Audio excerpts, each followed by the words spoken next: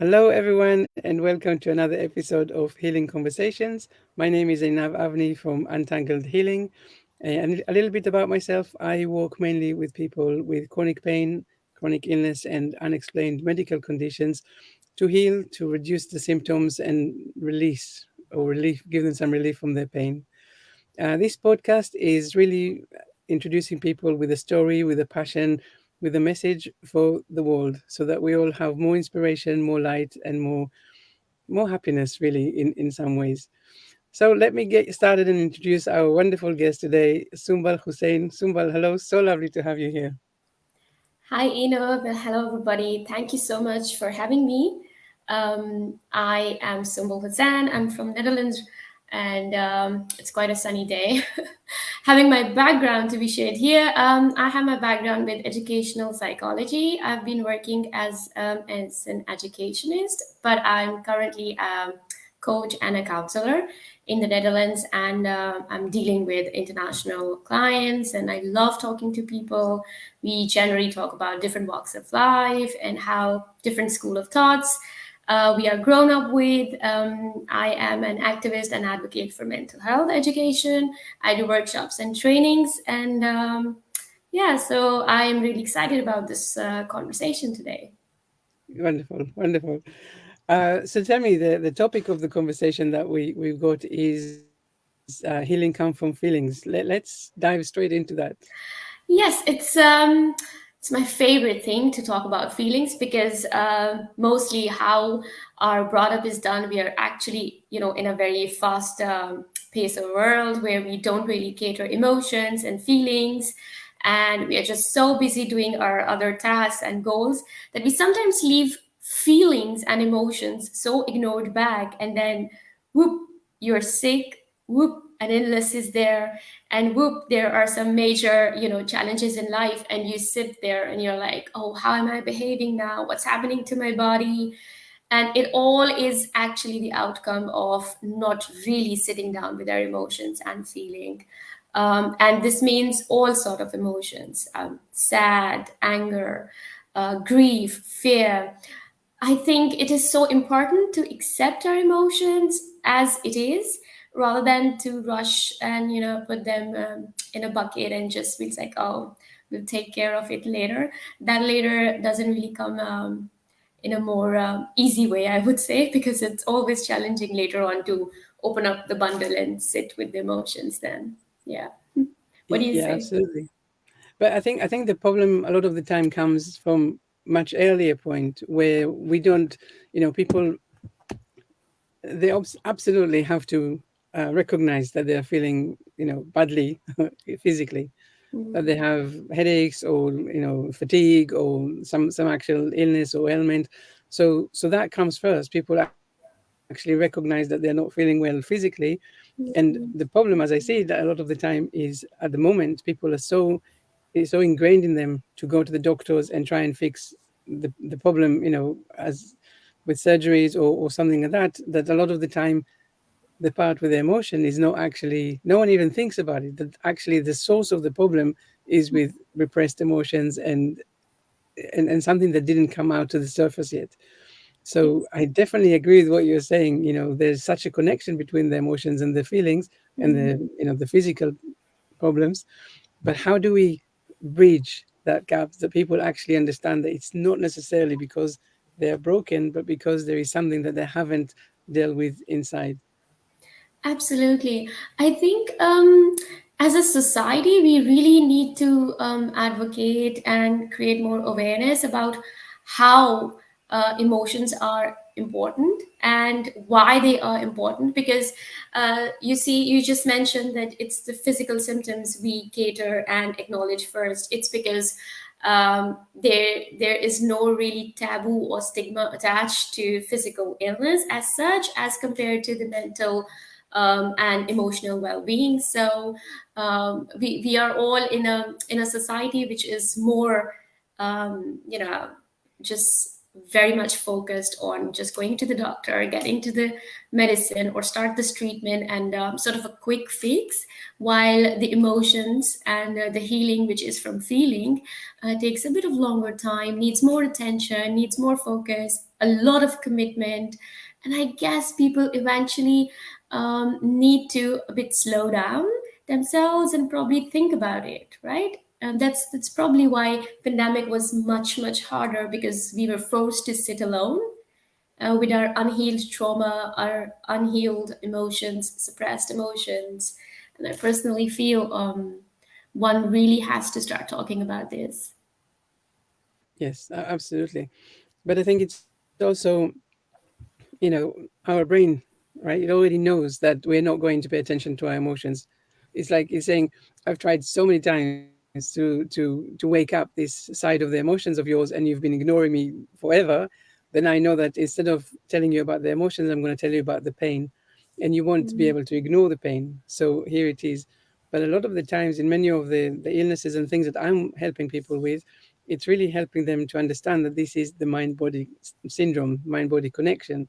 yeah. So it really is about saying, okay, watch when your physical problems are coming up, when they're flaring up. It's not, Mm, if you have a change in the location of the pain or the intensity of the pain, it really is a good indication that the pain is coming, the source of the pain is really emotional. So it doesn't mean that the pain is all in your head. It means that there is another element of things to think about. And I love what you're saying about, it's, I mean, I love in a sense that, thank you for bringing it up. I don't like the reality of this, but I do agree that people look at mental health or mental conditions in a very different way than they do the physical one. Um, eh, but it is actually absolutely true that when you let out some of these feelings and emotions and rage that you are experiencing, you're actually getting the physical relief. So the question is, how do we make it more acceptable for people to even understand that there's another source, that it's not just about the feelings, sorry, the physical pain and stuff, but it's actually about opening up that side of the emotion and the mental yeah. stuff that comes out with that. Yeah, I do see now. Actually, it has improved over the years. There's this. I would see all big companies even have started their own wellness and well-being programs, which also shows importance. And it when it's in your work culture, it starts bringing mindfulness. I think you start Mm. appreciating, and I also feel it's more about educating people about it, because I know there are certain things there, and then we just ignore them because we feel like, oh, this is like, I don't have time for this, as people are so busy achieving more of the material things, I would say, in this today's face of world. So while if we bring this as a part of culture in their work culture, or even about taking it to the schools, doing workshops and some educational programs, which I see are happening post pandemic in different big multinational companies, schools and colleges. They're open to that. So I think slowly we will bring this change, but there's a long way to go. Yeah, and I think it is interesting also what you're saying, because I recognize a lot of the clients that I'm working with, they're actually not in, maybe an office environment, or maybe not in schools. So Mhm. it's the people that are outside of these environments that are actually suffering and have no way, or no way to open up and to actually receive the support that they need. So actually, Mm. that's quite an interesting insight. Yeah, yeah. And I also personally feel if we are allowing ourselves these conversations, are we? Because it's very important to actually, again, to sit with yourself and see. I know the physical pain is coming from, like, the physical ailment, but behind that there must have been a history of sort of trauma or the suppressed emotions. What is your lifestyle? What are you dealing with in life? What are your struggles? What are your challenges? And as they say, most of the chronic illnesses are related to most emotional unhealthy patterns, you could say, that they have lived their life with. So it's all about also putting the spotlight towards emotional healing. Exactly, exactly. I mean, so many times people come and they say this is the problem because they recognize that something is Mm, painful. But a lot of the time, the actual doctors, they say, okay, I'm listening to what you're feeling right now. I'm looking at the symptoms and I'm going to subscribe some medications or surgery or stuff like that.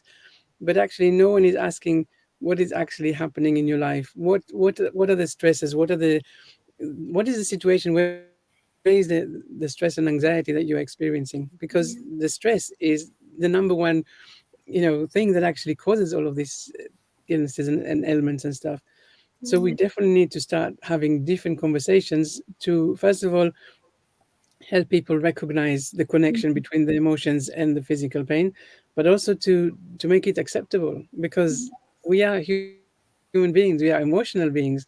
Of course, we have to feel emotions. This is what we do. Right.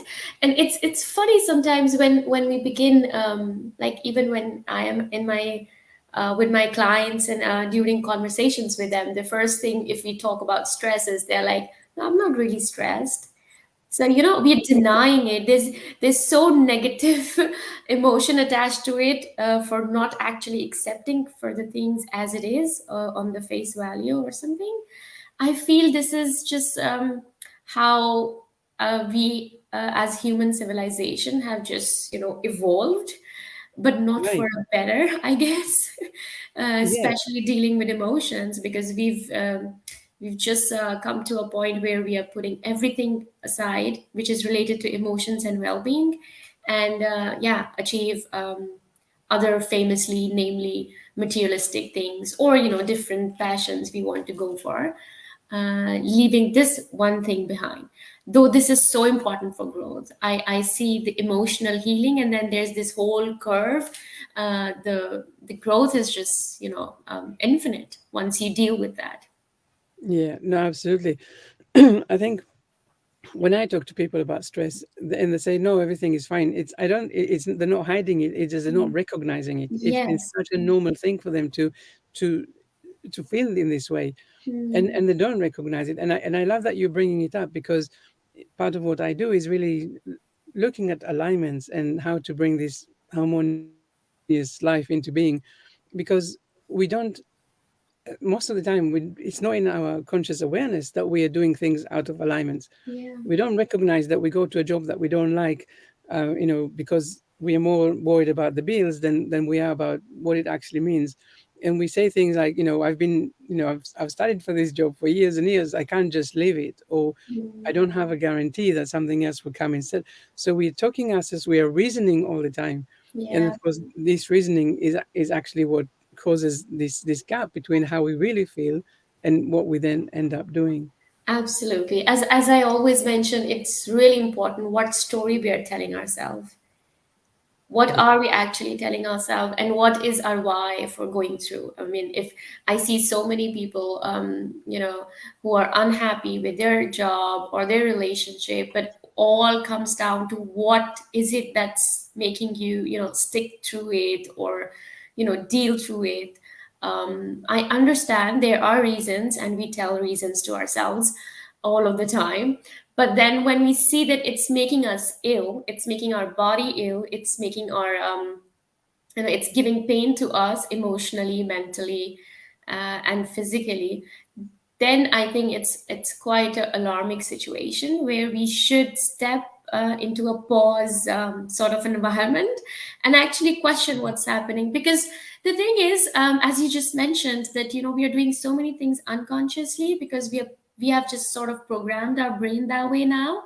Yeah. Sometimes the habits and the patterns which have helped us survive in our survival mode, or when we were suffering or struggling, they are no longer healthy to serve us for the next situation. But we are Yeah. carrying them from years and years, and that's why we are just like, oh, why now it has started bothering? Because it's not offering what it was offering years before.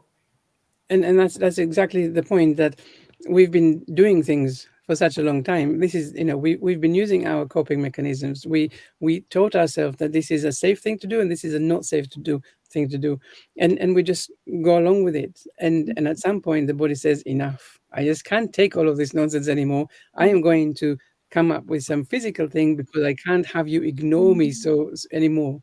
Yeah, But yeah. that leads to really interesting questions, in my opinion, because as we're saying, okay, so you come up, you recognize the physical problem, pain, illness, whatever. You go to the doctors, they say, okay, it's this one, so they give you a diagnosis. And then, as we are saying, actually, more important thing is actually to sit down and say, what is going on? What are the emotions? What am I feeling? What am I not allowing, to bring out? But how do we do this?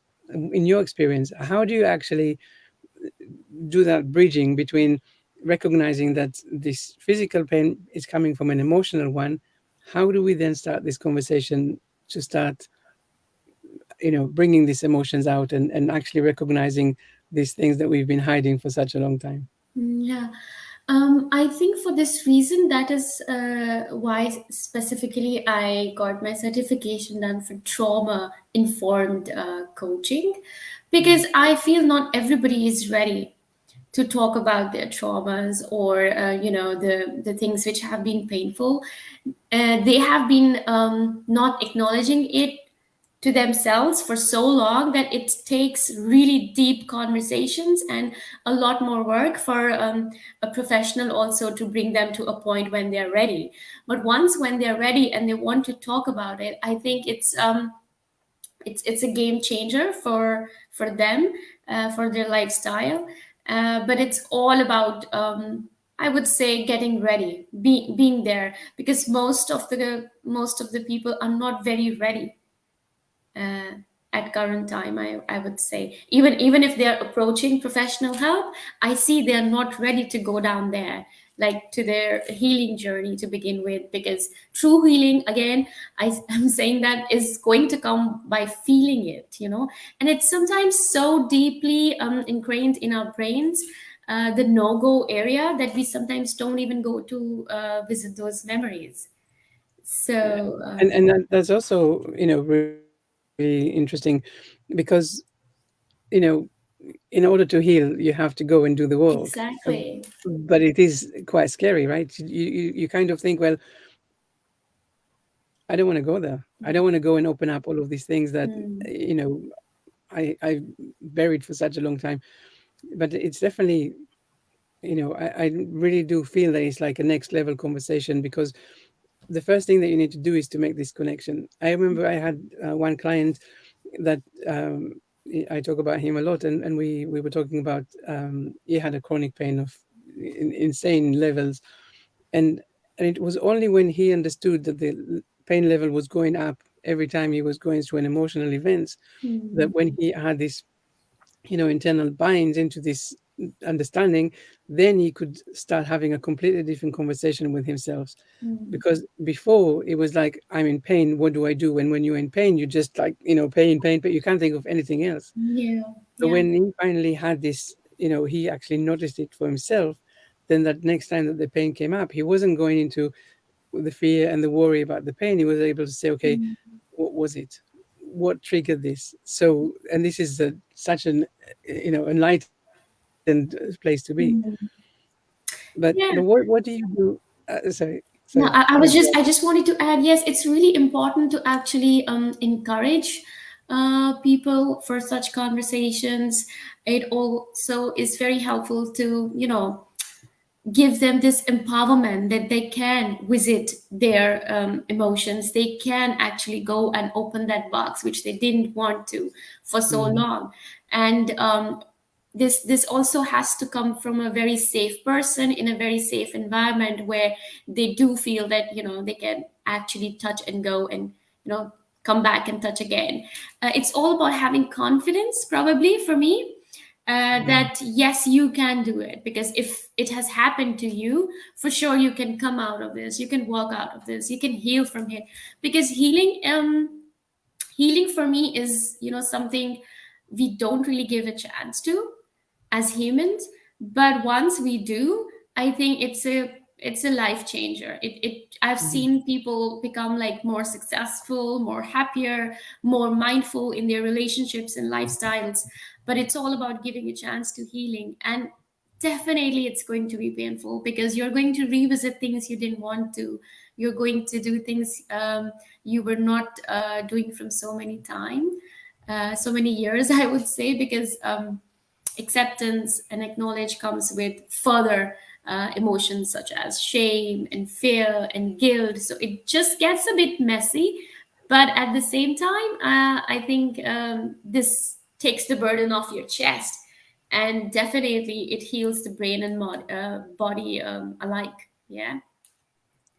And I want to say that there's a couple of things. First of all, yes, it is going to be, we are going to go deep, but I first of all must make sure that we say that it's a journey. So it's not on session number one, we say, right, Yeah, let's go absolutely. straight into Absolutely. the most painful things. It's definitely a discovery process. It's a, can be a very slow one.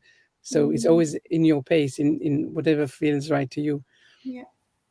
But the other thing that I wanted to mention is, because I totally agree with what you're saying, you need to pause. You need to look at life again, to reflect on things, to really look at every aspect of life and say, what is actually going on and where am I out of alignment? Mhm. But the one question I like to ask people is always, what is the gift in what you were, in the situation that you got given? Mhm. And sometimes people are like, you know, what do you mean gift? I don't like it at all. Take it back. Take it back. I don't like it.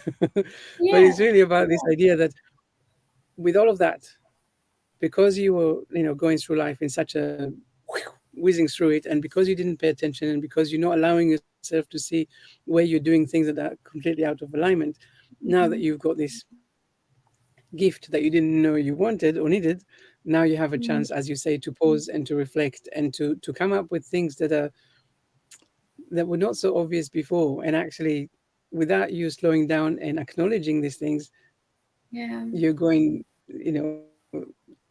you're basically headed into that place of very miserable life, challenges with your health, challenges with your mental health, all of that Mm. stuff. Mhm. Yeah, So I would, I think these yeah, sorry, go conversations for they it. bring. Sorry, these conversations they bring a huge you know self-respect as well with most of the people, because they do see themselves lost earlier, because so many events have been happening and all that. But they come out after those reflections, and they come out with new perspectives towards life and the experiences of the past. I Yeah, think it really empowers, because that's what all healing is about. And then one thing I really want to mention is that sometimes when we begin our healing journeys, we are like, oh, so it's going to be something like the graph is going to go amazing, and we're just going to grow and walk out of whatever we are suffering from.